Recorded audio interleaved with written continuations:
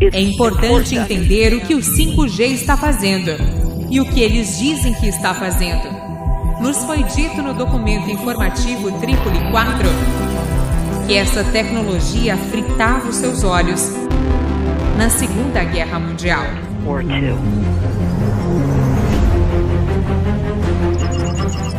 Todos precisam entender que essas são armas militares. São frequências de assalto.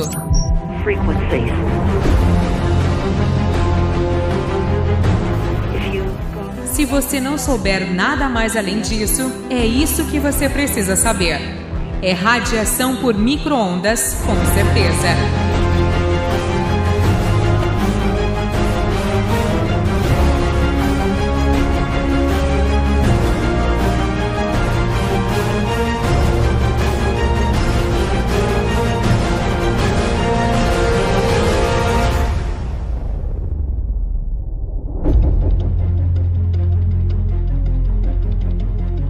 Senhoras e senhores, por favor, juntem-se a mim em dar as boas-vindas ao Clube Nacional de Imprensa.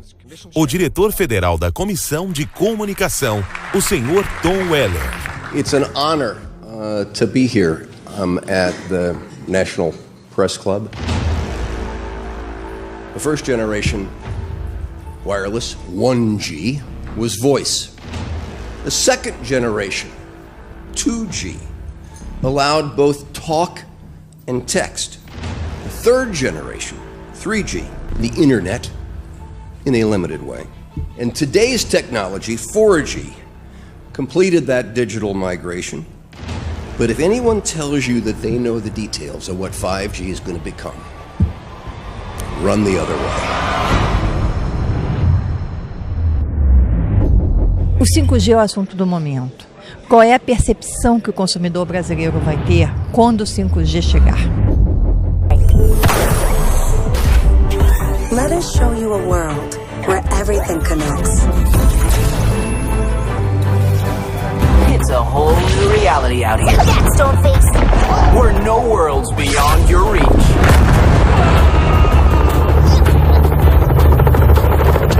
Want to take your business to the stars? Hi, I'm Brad. And just look at our fully automated logistics system at work.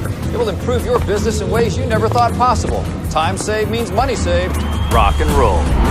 A percepção que o brasileiro terá da chegada do 5G é uma percepção de melhoria significativa na qualidade do serviço que é prestado hoje, através de serviços como, por exemplo, banda larga fixa ou da melhoria das velocidades que hoje ele tem acesso através de serviços de banda larga móvel. Exatamente, você tem aí uma revolução em diferentes setores da economia e a questão do streaming é uma delas, porque você pode fazer uma combinação de realidade aumentada com realidade virtual, fazendo uso das velocidades altíssimas que a tecnologia pode oferecer para você ter um salto de qualidade, uma transformação, por exemplo, na indústria do entretenimento.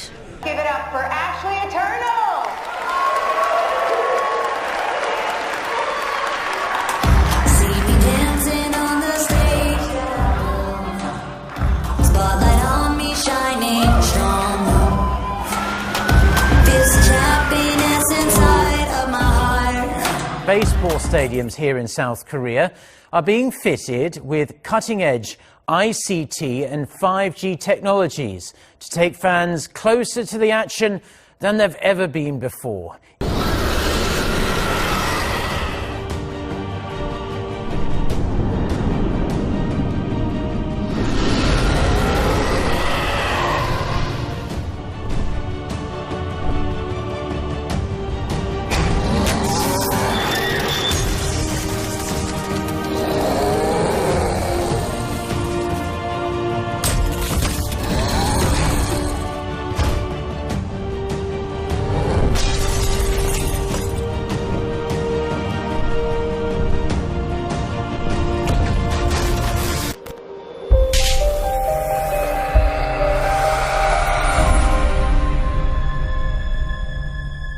There's a lot of confusion about what 5G is.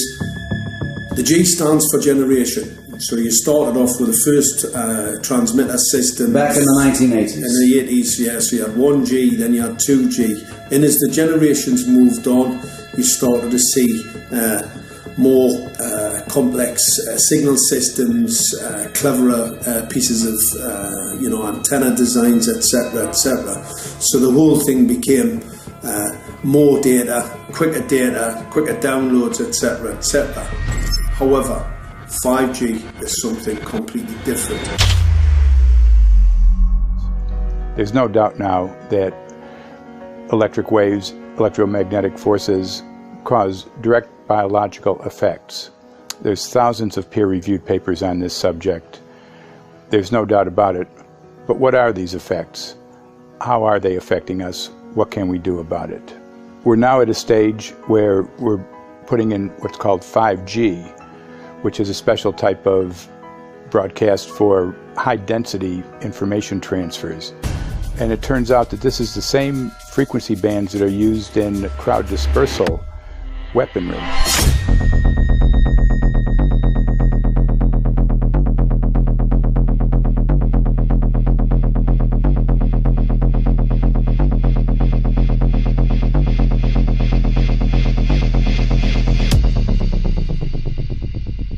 .5G, first and foremost, is densification. So it's significantly more transmitters in close proximity to the human, and it is also a sophisticated, illegal, unlawful transmitter. What I mean by that is it is a high-gain dielectric lens antenna, and what that allows 5G transmitters to do is to 3D map its environment in your home. The 868 megahertz frequency is specific for battlefield interrogation systems, so sub-gigahertz. It allows the signal to travel through concrete brickwork with ease, and it can actually data gather. It is a target acquiring system. It is extremely good at identifying targets and being able to lock onto targets. And not only that, it can specifically target you as an individual. So any judge sitting on an interesting case, let's say, any lawyer, any barrister, anybody doing any work that is potentially controversial, your life could be at threat. So the antenna design that you currently have on top of these LED streetlights, masquerading as a control management system, it basically battlefield interrogation equipment. The first phased array unit was actually called Mammoth, used by the Germans during the Second World War to identify Allied aircraft. Obviously things have moved on significantly since then.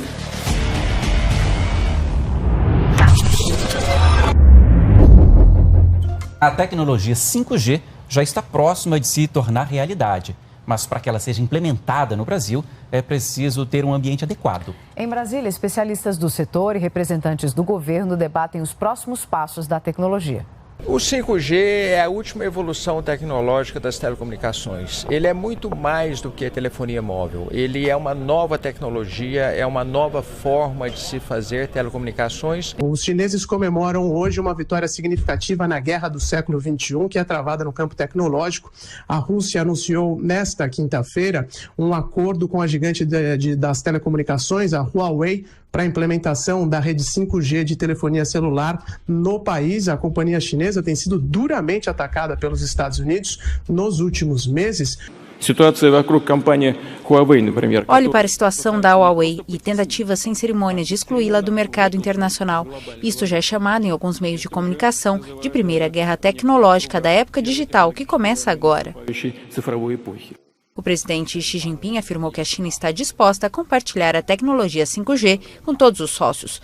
A Huawei está em situação delicada desde que o presidente americano Donald Trump proibiu em maio que as empresas do país vendam material para o grupo chinês. There are dozens and dozens of studies that show beyond any doubt what this radiation is doing to our sperm. Now, if you take the cell phone out of your pocket, the sperm will recuperate within 3 to 4 months. What would not recuperate would be the damage to the DNA of the sperm. That is irreparable. The wife of the ex-governor of Indiana was diagnosed with glioblastoma. Same brain tumor Ted Kennedy had and John McCain had. Did you look at John McCain's scar? This is a cell phone brain tumor. LeBron James, one of our sports people, had a salivary gland tumor. That is another cell phone tumor. You didn't hear about it because immediately after that was discovered, he was paid by Samsung to become their spokesperson. We are seeing increases in brain tumors. We're seeing increases in Alzheimer's. We're seeing increases in all of the neurotransmitter diseases, ALS, Lou Gehrig's disease, Parkinson's. These are all disease systems that are known to be associated with low-level energy exposures. We talk about 24/7, around-the-clock exposure, wherever you are and your whole body. You never get away from it. And it seems from our studies that maybe your immune system can cope with for a time, but it will deteriorate. Then the irradiation will definitely damage cells at a deeper level, and the question is what will then happen.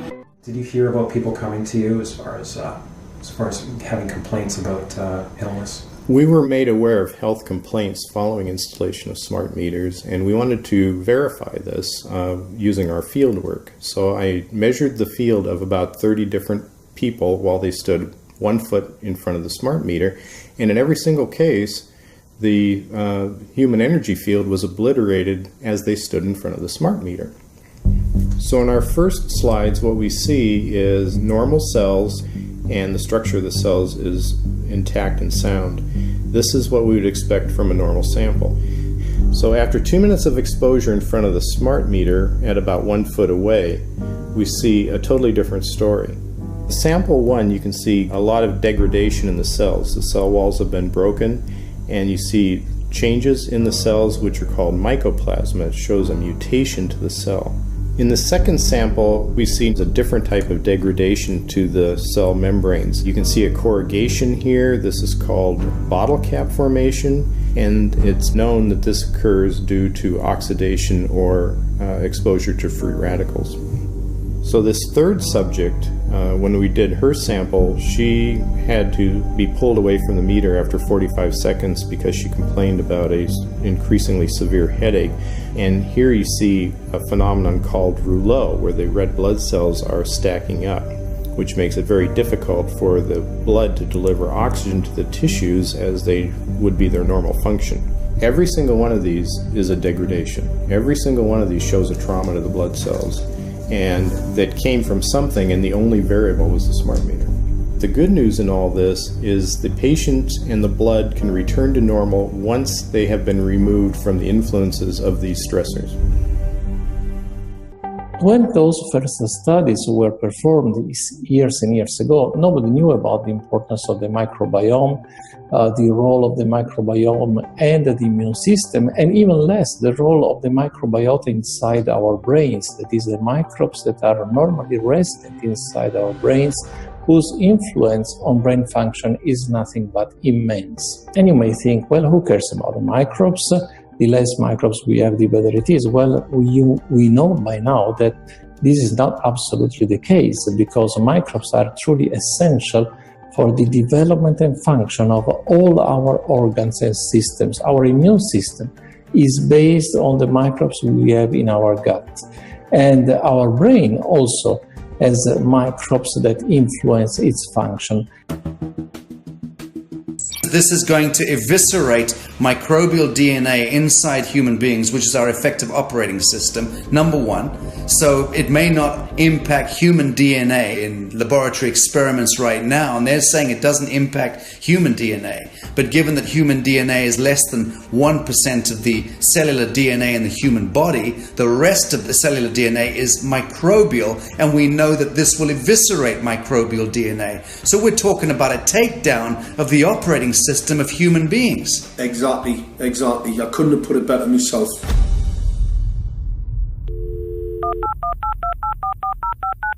John Brandt. Good morning, Mr. Brandt. Wow, this is Amanda from Virginia. Hi, how are you? Hi, I've been trying to get a hold of you for months now. You guys are covering up chemtrails. No, we are not covering it. We have no reason to cover up chemtrails. Of course, you have every reason to cover it up. Every reason. It's called losing your job. What reasons would that be? Oh, well, you personally, you would lose your job if you were to reveal anything to me, and it's probably unsafe for you to even be speaking about this, considering the types of individuals you work for. It's not unsafe. It is unsafe. There's no problem with us talking on, you're a citizen, you're making a complaint. Oh, Lord have mercy on myself. It's a complaint in an area that we don't have authority to regulate.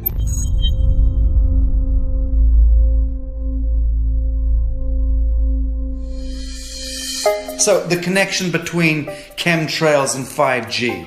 It's all interconnected. The metallized particulates that would allow the 5G phased array, so basically the radar, it would allow it to be able to identify you, so it can watch you, it can identify you in your own home 24 hours a day, 7 days a week. For the last X amount of years, we've been through chemtrailing, and that is now the cat is out of the box. We've had these nanoparticulates raining down on humanity for years now, impregnating our bodies, by best account staying inside our bodies. Those nanoparticulates, what you're saying, are building up a kind of a phosphorescence glow capability so that we can be flagged up in our homes, behind concrete and steel, inside bunkers, in the basement, doesn't matter where you are. The 5G will be able to now triangulate, map and read you, because you as a living being are impregnated with these nanoparticulates, which are acting as a kind of transmission and reception technology. It's exactly, absolutely exactly.